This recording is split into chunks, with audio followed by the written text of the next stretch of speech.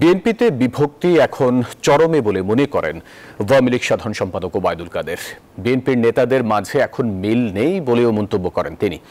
ধানমন্ডিতে আওয়ামী লীগ সভাপতির কার্যালয়ে সংবাদ সম্মেলনে তিনি একথা বলেন এছাড়াও বেগম জিয়া আইনি ফাঁদে আটকে আছেন। নিজের স্বজনদের উপজেলা নির্বাচনে অংশ নেওয়া নিয়ে জানান দলের সাধারণ সম্পাদক এবং মন্ত্রী হিসেবে তিনি কোনো প্রভাব বিস্তার করছেন না।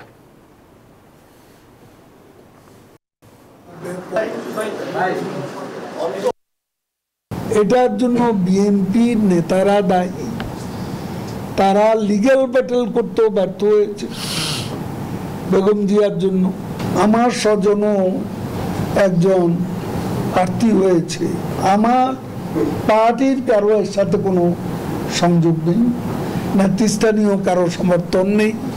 আমার সমর্থন তো প্রশ্নই উঠে না।